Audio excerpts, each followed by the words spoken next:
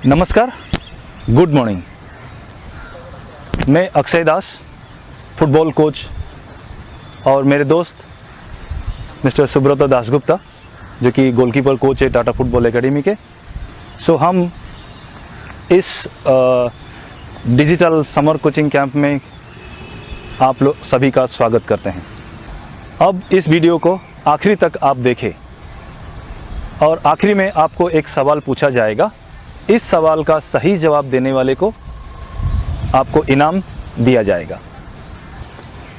अभी आपको football position का जो 11 प्लेयर जो खेलते हैं उनके बारे में थोड़ी सी पोजीशन बताएंगे। यहाँ से पहले शुरू होता है हमारा गोलकीपर से, जो गोलकीपर जो गोल पोस्ट के पास ही खेलते हैं, और इनको बोला जाता है कि ये दाहिने तरफ जब खेलते हैं तो इनको बोला जाता है राइट फुल बैक बोला जाता है। ये दाहिने तरफ जैसे खेलते हैं इनको सेंट्रल डिफेंडर बोला जाता है। राइट साइड में ये भी खेलते हैं, ये राइट सेंट्रल डिफेंडर हो गए। उस तरह का अगर यहाँ आएंगे तो इनको लेफ्ट सेंट्रल डिफेंडर बोला जाएगा और इनको लेफ्ट फुल बैक बोले जाएंगे। अगर हर टीम में एक मिडफील्डर होता है, सेंटर मिडफील्डर, जिनको हम सेंटर मिडफील्डर के बारे में हम पहचानते हैं, और इनको बोला जाता है और दो सेंटर मिडफील्डर जो दो आगे की तरफ खेलते हैं वो भी सेंटर मिडफील्डर होते हैं, लेकिन अटैकिंग की तरफ ज़्यादा उनका ध्यान रहता है। और ये हो गया हमारा लेफ्ट विंग, जो लेफ्ट विंग की तरफ लेफ्ट फुल की तरफ पूरा खेलते हैं, लेफ्ट विंग साइड में जो किसी को बोलते हैं कि लेफ्ट विंगर। और ये हमारे स्ट्राइकर जो कि ज़्यादातर गोल करते हैं, जैसे कि आप देखे होंगे मेसी, रोनाल्डो जिस तरह से गोल करते हैं, ये स्ट्राइकर पोजीशन में। और ये आपका राइट विंगर। अभी आपको मैंने जैसे बताया कि फुटबॉल खेलना है, फुटबॉल खेलने से पहले अपने आप को कैसे तैयार करना है, अपने आप को कैसे रेडी करना है ताकि फुटबॉल में और अच्छा खेल सके। तो इसके लिए क्या ज़रूरी है? सबसे ज़्यादा ज़रूरी है वार्म अप। वार्म अप का क्या करते हैं हम लोग? बेसिकली बॉल के साथ करते हैं और बिना बॉल के साथ करते हैं। अगर हम घर में बैठे हुए हैं हमको क्या करना है? अगर घर में हम रुके हुए हैं, अभी ये कोविड-19 के वजह से हम बाहर नहीं जा पा रहे हैं, वार्म अप कैसे करेंगे? वार्म अप बेसिकली एक छोटा सा जगह ले लेंगे जिसमें हमारा ड्राइंग रूम होगा, या हमारा छत होगा, या हमारा बालकनी होगा, या हमारा छोटा सा गार्डन होगा। वो गार्डन पे हम क्या करेंगे, 10 बाई 10 यार्ड होगा, या 10 बाई 10 मीटर होगा, या 5 बाई 5 मीटर होगा, या 5 मीटर या 2 मीटर, जितना भी जगह है उस छोटे से जगह पे हम कैसे अपने आप को वार्म अप करेंगे। वार्म अप बेसिकली क्या होता है? रनिंग होता है, सबको मालूम है, सब लोग करते हैं। हम लोग धीरे धीरे रन करते हैं। जैसे ही हम रन करते हैं तो 2-3 मिनट हो जाता है, हम घड़ी देखते हैं कि यस अभी 2 मिनट हो गया। 2 मिनट के बाद नेक्स्ट स्टेप क्या करना है? जैसे ही 2 मिनट के बाद हमारा रनिंग हो जाता है, धीरे धीरे हमारा बॉडी का टेम्परेचर थोड़ा सा हाई होने लगता है। उसके बाद हमारा मसल भी रेडी होता है हर चीज़ फुटबॉल का एक्टिविटी करने के लिए। उस दौरान हम लोग क्या करते हैं, उसको डायनामिक स्ट्रेचिंग बोलते हैं। डायनामिक स्ट्रेचिंग क्या होता है? एक्चुअली क्या होता है, हम लोग डायनामिक स्ट्रेचिंग करते हैं जब ग्रोइन और ग्लूट्स को जो कैसे रेडी करते हैं नेक्स्ट स्टेप के लिए, फुटबॉल के लिए। फिर उसके बाद हम लोग क्या करते हैं, जंप करते हैं वो ऑन द स्पॉट, और क्या करते हैं, हाई नी एक्शन करते हैं, रनिंग एक्शन करते हैं। रनिंग करने के टाइम में हमारा हाथ कैसा होना चाहिए, कितना सेकंड करना है, कितना रिपीटेशन करना है, ये आपको ध्यान में रखना है। अगर आप थक जाते हैं तो आप थकते हुए आपको ब्रेक लेना चाहिए। बैठे हुए हैं तो आपको पानी पीना भी ज़रूरी है। अगर बाहर भी जाते हैं तभी भी पानी पीना आपको ज़रूरी है। इसीलिए आपको हमेशा कुछ भी एक्टिविटी करने के टाइम में आपको जब भी आपको प्यास लगे तभी आपको पानी पीना ज़रूरी है। ये रहा वार्म अप में। वार्म अप अगर हम कर लेते हैं सही से, वार्म अप के बाद हम फुटबॉल में डायरेक्ट चले जाएंगे। आप कोई भी टेक्निक उठा लीजिए, पासिंग हो, रिसीविंग हो, हेडिंग हो, जंपिंग हो, फुटबॉल को जो सारे के सारे टेक्निक होते हैं वो सारे के सारे टेक्निक को हम कैसे यूज़ कर सकते हैं और सही माध्यम से हम इसको फॉलो कर सकते हैं। जैसे ही हमारा बॉडी वार्म अप हो जाता है 15-20 मिनट के बाद या 5 मिनट के बाद, किसी का बॉडी जल्दी वार्म अप हो जाता है, किसी का थोड़ा लेट वार्म अप होता है। इसके बाद क्या होता है, खेल का अंत में और एक पार्ट होता है, वो होता है आपका कूल डाउन। कूल डाउन ये होता है जैसे हम लोग वार्म अप करते हैं, मसल को रेडी करते हैं कि वार्म अप करते हैं कि खेल पाएँ, वैसा दूसरे दिन फुटबॉल को कैसे अच्छा से खेल पाएँ, इसीलिए हम लोग को कूल डाउन भी करना ज़रूरी है। हम जैसे ही घर में रहते हैं अपने आंगन पे, अपने बालकनी पे हम लोग क्या करते हैं, छोटा सा वॉक करते हैं। फिर वही जो चीज़ हम लोग वार्म अप के टाइम में कर रहे थे उसको रिपीटेशन के हिसाब से 1 स्लो धीरे धीरे एक्शन करके उसको नॉर्मल पोजीशन पे फिर से वापस लाना है। ये आप 2-3 मिनट तक नॉर्मल वॉक करेंगे, हाथ को रिलैक्स करेंगे, लंबी सांस लेंगे, फिर लंबा सांस अंदर लेंगे, तो इस तरह से आपको कूल डाउन फील होगा कि हाँ मेरा जो बॉडी का वार्म अप टेम्परेचर था वो धीरे धीरे नॉर्मल होते जा रहा है। जैसे ही नॉर्मल होता है आपका हार्ट रेट भी वैसा ही नॉर्मल होते आएगा। सो आपको पता चल जाएगा कि 5-7 मिनट के अंदर में आपका बॉडी का टेम्परेचर नॉर्मल हो चुका है। तब आप वहीं पर ही अपने आप को फील कर पाएंगे कि हाँ, मेरा कूल डाउन अभी यहाँ पर हो चुका है। सो इससे क्या होता है कि मेरा इंजरी नहीं होता है और ये इंजरी से मैं बच सकता हूँ। So warm up is very important and cool down is very important. अगर ये वार्म अप नहीं होगा या कूल डाउन नहीं होगा सो हमको इंजरी होने का चांसेस बहुत ज़्यादा है। जैसे कि मैंने बताया कि 11 प्लेयर चाहिए खेलने के लिए। सो 11 प्लेयर को क्या क्या टेक्निक चाहिए, वो टेक्निक में एक एक करके मैं आपको बताता हूँ और उसके बारे में आपको बताऊँगा कि किस तरह ये टेक्निक को आप घर बैठे कर सकते हैं और घर में बैठे हुए इस टेक्निक को कैसे आप यूज़ कर सकते हैं उसके बारे में मैं आपको बेसिक स्टेप से बताऊँगा, जो कि आपको ज़्यादा से ज़्यादा आसानी हो सीखने में और आप घर बैठे भी कर सकते हैं। और घर में करते हुए आंगन में या गार्डन में या आपके पास ड्राइंग रूम में छोटी सी जगह है, वो छोटी सी जगह पे कैसे आप कर सकते हैं वो मैं आपको वो टेक्निक बताने वाला हूँ। सो पहला टेक्निक ये है कि पासिंग करते हैं, फिर दूसरा रिसीविंग करते हैं, तीसरा ड्रिबलिंग करते हैं। फुटबॉल में बेसिकली ये 3 चीज़ मायने बहुत रखती है और उसके साथ साथ शूटिंग भी बहुत मायने रखती है। शूटिंग जो कि दूर आपको पास देना है, आपका टीम को पास देना है तो दूर पास कैसे देंगे, शूटिंग या चिपिंग लॉन्ग पास कैसे देंगे उस तरह से। और जगलिंग जो कि आप बॉल कंट्रोल कैसे करेंगे, अगर हवा में बॉल है तो बॉल को कैसे आप अपने नज़दीक रख सकते हैं, कंट्रोल रख सकते हैं। और सबसे लास्ट वाला टेक्निक है वो हेडिंग टेक्निक। सो वो हेडिंग टेक्निक मैं आपको स्टेप बाय स्टेप सिखाऊंगा। सो पहला टेक्निक है जो कि हम पास करते हैं। सो बॉल का कौन सा पार्ट में हमको बॉल पास देने से जो कि मैं अपना टीममेट को दे सकता हूँ और उसके साथ साथ वो बॉल को मैं दोबारा वो बॉल को कंट्रोल भी कर सकता हूँ। सो ये पासिंग और जो रिसीविंग का जो बेसिक टेक्निक है वो मैं इस तरह से पास करता हूँ। सो मेरा सामने वाला प्लेयर उसी पार्ट में, उसी एरिया में जो हमारा पैर का सबसे बड़ा हिस्सा होता है, वही हिस्से में हम पास भी जहाँ करते हैं और बॉल भी वहीं पर ही रोकते हैं। सो मुझे पास करो ज़रा आप। सो आपको मालूम हो गया कि पास कैसे करना चाहिए, पास रिसीविंग कैसे करना चाहिए। सो रिसीविंग, पासिंग और रिसीविंग के बाद और एक चीज़ होता है आपको ड्रिबलिंग करना। जैसे कि ड्रिबलिंग करना मतलब आपके पास घर में अगर आप खेल रहे हैं ये समर कैंप के दौरान, तो ये आपके पास ग्राउंड नहीं रहेगा। सो घर में कैसे करेंगे। सो आप घर में खड़े होके बॉल को एक जगह पे रखिए। सो जैसे ही आप करते हैं बॉल को लेके जाइए और एक तरफ दिखाइए कि आपका बॉडी एक तरफ जा रहा है और दूसरी तरफ आप बॉल कैसे लेके जाओगे। सो ये ड्रिबलिंग टेक्निक हो गया। सो ड्रिबलिंग टेक्निक के बाद आप एक बार ड्रिबलिंग टेक्निक मुझे दिखाएंगे बॉल लेके जाके। Yes, very good. सो आपने देखा ये हमारे टाटा फुटबॉल एकेडमी के प्लेयर राजमुखी जो कि आपको दिखा है डेमो एक। सो इस तरह से आप घर में रहते हुए छोटा सा आंगन में छोटे से जगह पे आप इसको घर में बैठे भी कर सकते हैं। So please ball. सो दूसरा हम लोगों ने सीखा कि पासिंग कैसे देना चाहिए और रिसीविंग कैसे पार्ट में करना चाहिए, और ये हो गया ड्रिबलिंग। अगर आपको शूटिंग करना है, अगर लंबा बॉल आपको पास देना है, बॉल का कौन सा जगह पे, बॉल्स का कौन से हिस्से पे मारने से बॉल दूर तक ट्रैवल करेगी या बॉल दूर तक जाएगी। सो हम हमेशा क्या करते हैं, बॉल के पास जाके अपना जो बायां पैर है, अगर हम दाहिने पैर से अगर किक लेते हैं तो हमारा बायां पैर बॉल का नज़दीक रहना चाहिए और इतना डिस्टेंस रहना चाहिए जो कि बॉल हम नीचे की तरफ बॉल मार सके। और जैसे ही बॉल हम नीचे की तरफ मारते हैं तो बॉल वो अपने आप बॉल ट्रैवल करने लगता है, बॉल अपने आप ऊपर की तरफ उड़ने लगता है। सो हम जब भी किक करेंगे सो बॉल को हमेशा नीचे की तरफ मारने के लिए कोशिश करेंगे। सो ये चीज़ को हम घर बैठे कैसे करेंगे। सो ये चीज़ को हम कोशिश करेंगे जब भी हम पास देंगे, पास प्लीज़। सो जैसे ही पास देंगे तो हम बॉल की तरफ थोड़ा सा अगर नीचे करते हैं तो बॉल को नीचे की तरफ अगर बॉल मारेंगे तो बॉल उछल के अपने आप ट्रैवल करने लगेगा। सो दूसरी तरफ बॉल प्लीज़।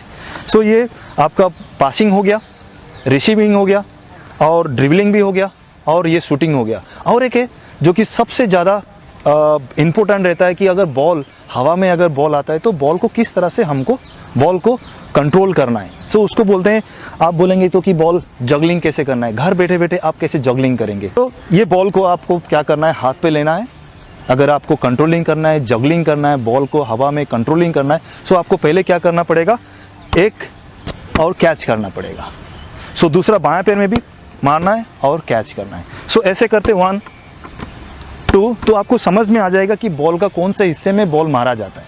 उसके बाद जैसे ही आप बॉल मार लिए फिर उसके बाद बॉल ऊपर हवा में फेंकिए, जैसे ही बॉल हवा में जाता है सो बॉल बाउंस अलाउ कीजिए, और आपका पैर का कौन सा हिस्सा, ये हिस्सा अगर आप यूज़ करेंगे तो बॉल कंट्रोल हो सकता है। जैसे कि बॉल हवा में गया सो मैंने ये कंट्रोल किया, सो हवा में आप इस तरह से कंट्रोल कर सकते हैं।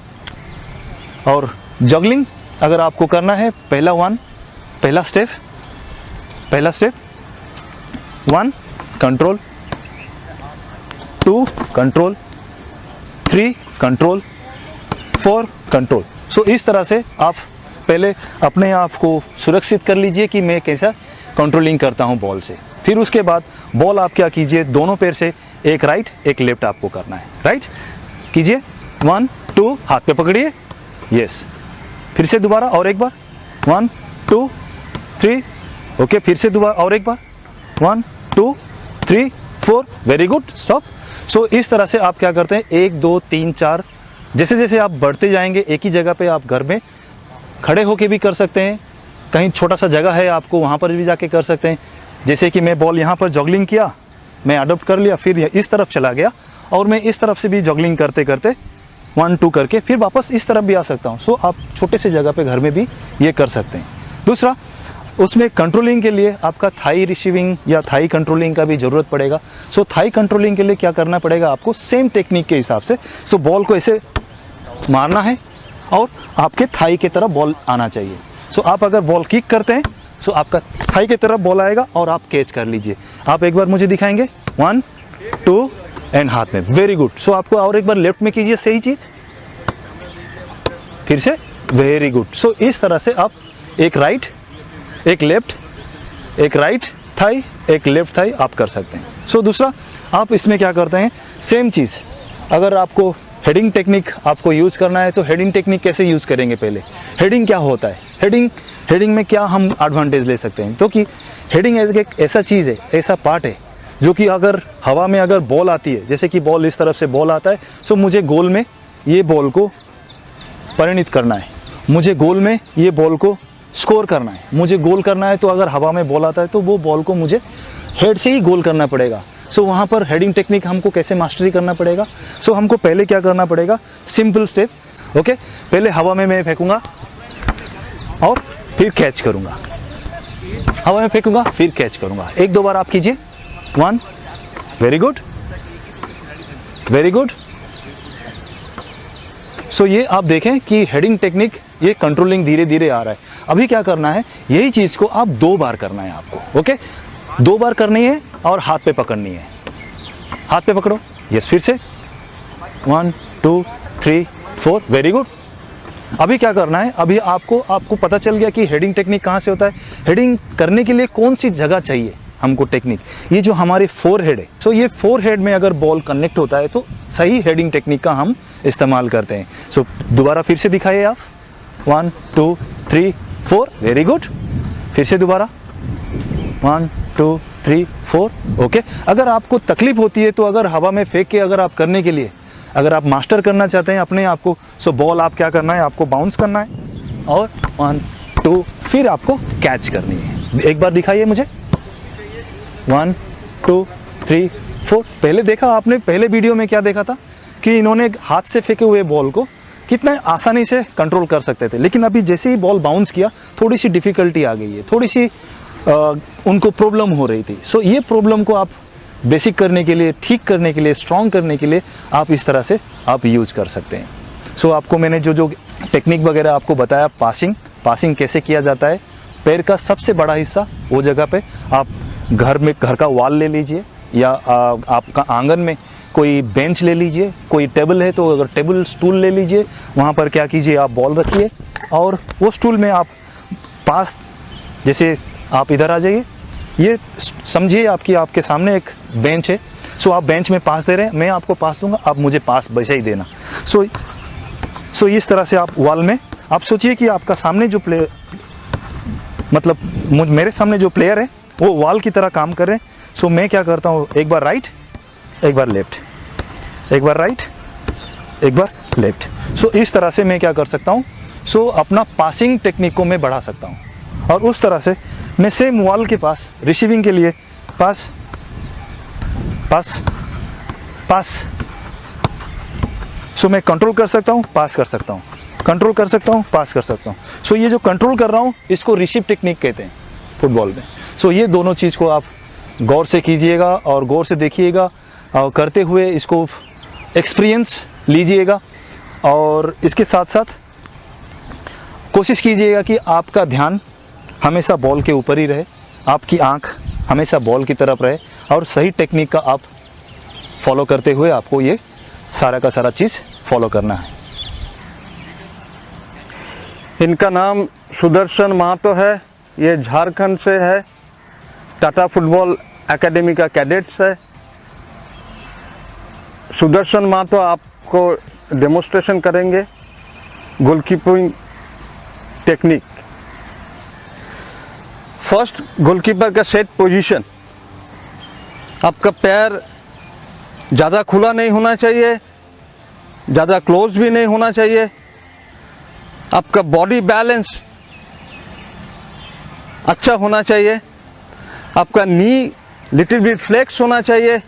आपका हाथ का पोजीशन बॉडी का सामने होना चाहिए। आपका पाम्स खुला रहना चाहिए। आपका अपर बॉडी वेट सामने के तरफ होना चाहिए। एंड आपका full body weight transfer to ankle and toes. Toes का ऊपर नहीं आना चाहिए और हील का ऊपर भी जाना नहीं चाहिए। आपका बॉडी बैलेंस एंड आपका फाउंडेशन स्ट्रॉन्ग बनना चाहिए। सेकेंड, गोलकीपर का कैचिंग टेक्निक हम लोग सीखेंगे। फर्स्ट, गोलकीपर का कैचिंग टेक्निक में 4 कैचिंग टेक्निक है। First, W technique, yes. Second, cup technique. Third, K technique and fourth, scoop technique. Okay, इसका विस्तार से हम लोग जानेंगे W टेक्निक कैसे होता है, कैसे बॉल पकड़ना चाहिए। आपका हाथ बॉल का पीछे होना चाहिए। आपका थंब एक साथ होना चाहिए और आपका रेस्ट ऑफ फिंगर बॉल का ऊपर होना चाहिए। यस। आपका एल्बो लिटिल बिट फ्लेक्स होना चाहिए और भी थोड़ा लिटिल बिट फ्लेक्स होना चाहिए। बॉल का कैचिंग डिस्टेंस बरकरार होना चाहिए, not too close, not too far. आपका डिस्टेंस 12 to 15 इंचेस के अंदर होना चाहिए। आपका आईज बिहाइंड द बॉल होना चाहिए हमेशा। ओके, W जैसा दिखता है पीछे से, इसलिए इसको नाम है W टेक्निक। सेकेंड, कफ टेक्निक। आपको hands towards the ball, palm को ओपन रखना चाहिए। आपको बॉल को खींचना है सामने एंड मिड रिप से बॉल को सिक्योर करना चाहिए। This is cup technique. Now third, K technique. Ball अगर आपका लेफ्ट साइड में है तो आपका लेफ्ट का पैर बॉल का पीछे जाना चाहिए। बॉल का पीछे जाना चाहिए लेफ्ट पैर, यस। आपका दूसरा पाँव डिस्टेंस को मेंटेन कर, बेंड होना चाहिए, डिस्टेंस को मेंटेन करना चाहिए। आपका पाम ओपन होना चाहिए।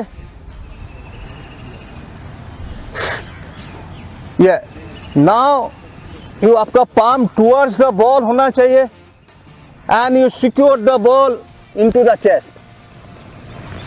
This is the K technique. This is last technique, it's a scoop technique. It is also similar to K technique. Yes. Now Now you lay down on stomach. In front of you, you lay down your stomach. Yes. Then now you secure the ball into the chest and pump. Yeah. आज आपको सिखाने वाला हूँ goalkeeper driving, लो driving save कैसे करते हैं। मान लीजिए आपका बॉल राइट साइड में जा रहा है, आपको पैर बॉल का लाइन में होना चाहिए, आपका बॉडी झुकना चाहिए, आपका लीडिंग हैंड्स बॉल के पीछे आना चाहिए एंड आपका सिक्योर हैंड बॉल का ऊपर आना चाहिए, आपका हेड बॉल का पीछे रहना चाहिए, आपका बॉडी का पोजीशनिंग डायगोनल होना चाहिए, बिहाइंड बॉल का पीछे, बॉडी पीछे नहीं होना चाहिए। You turn the body, you turn, you turn, you turn. Yeah, ball का बॉडी ऐसा पीछे नहीं होना चाहिए, आपका कम से कम बॉल का बॉडी पैरेलल में गिरना चाहिए। पैरेलल, यस, कम से कम पैरेलल होना चाहिए। आपका डायगोनल अगर गिरते हैं, सबसे वही फर्स्ट टेक्निक है, इज द मेन टेक्निक। अगर नहीं होता है, आपको कम से कम आपको पैरेलल से गिरना चाहिए। ओके, बॉल हमेशा जमीन में ही रहना चाहिए, बॉल को ऊपर नहीं उठाना है। थैंक यू दोस्तों, आशा करते हैं आप लोग ये वीडियो ज़रूर देखेंगे। जैसे कि मैंने आपको बोला था कि इस वीडियो को अंत तक देखेंगे, सो एक सवाल है आपके पास। ऑल इंडिया फुटबॉल फेडरेशन के जो टेक्निकल डायरेक्टर हैं, उनका नाम क्या है? नमस्कार।